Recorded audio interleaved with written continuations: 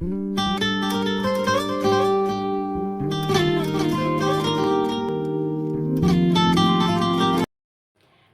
இயேசு கிறிஸ்துவின் நாமத்தில் உங்கள் அனைவருக்கும் என் அன்பின் வாழ்த்துக்கள். எப்படி இருக்கீங்க?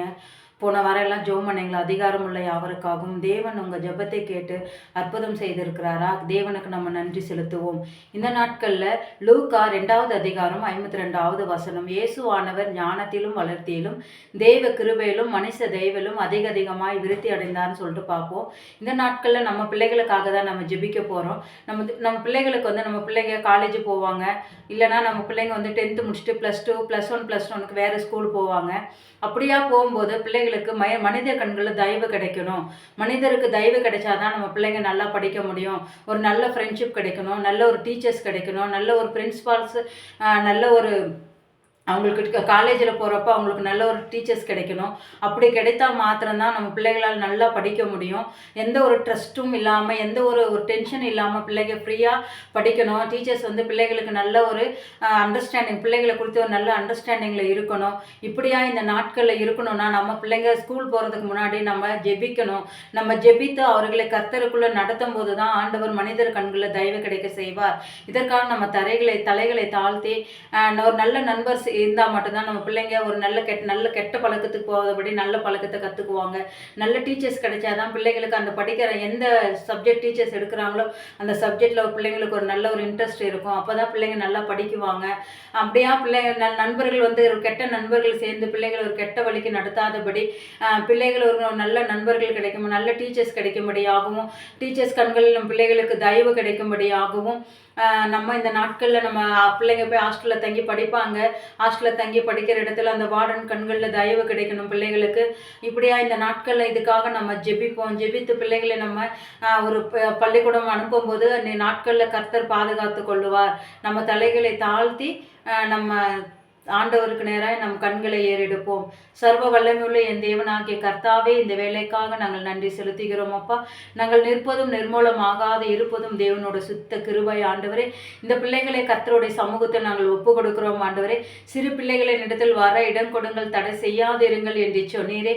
எங்கள் பிள்ளைகள் பள்ளி படிக்கிறார்கள் தகப்பனே, காலேஜ் போகிறாங்க ஆண்டவரே. இப்படி போகிற பிள்ளைகளுக்கு கர்த்தருடைய பாதுகாப்பு உண்டாகும்படியாய் ஜெபிக்கிறோம். தேவ கிருபை ஒவ்வொரு பிள்ளைகள் மீதும் அளவில்லாமல் ஊற்றப்படும்படியாய் நாங்கள் ஜெபிக்கிறோம் ஆண்டவரே. ஆசிரியர் கண்களில் பிள்ளைகளுக்கு தயவு கிடைக்கும்படியாய் ஜெபிக்கிறோம். நல்ல நண்பர்கள் கிடைக்கும்படியாய் ஜெபிக்கிறோம். பிள்ளைகளை சமாதானமாய் படிக்க கர்த்தர் கிருபை தரும்படியாய் நாங்கள் ஜெபிக்கிறோம் ஆண்டவரே. நல்ல பிள்ளைகளுக்கு ஒரு ஞானத்தை கொடுக்கும்படியாய் நாங்கள் ஜெபிக்கிறோம்.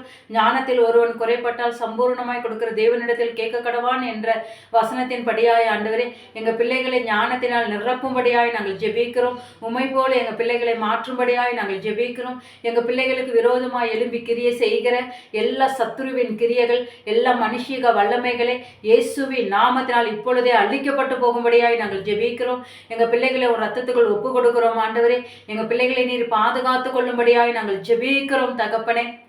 ஆண்டவரே, அவங்க வெளியில் போய் தங்கி படிக்கும் போதும் ஆண்டவரே கர்த்தருடைய கரம் அவர்களோடு கூட இருக்கும்படியாய் நாங்கள் ஜெபிக்கிறோம் ஆண்டவரே.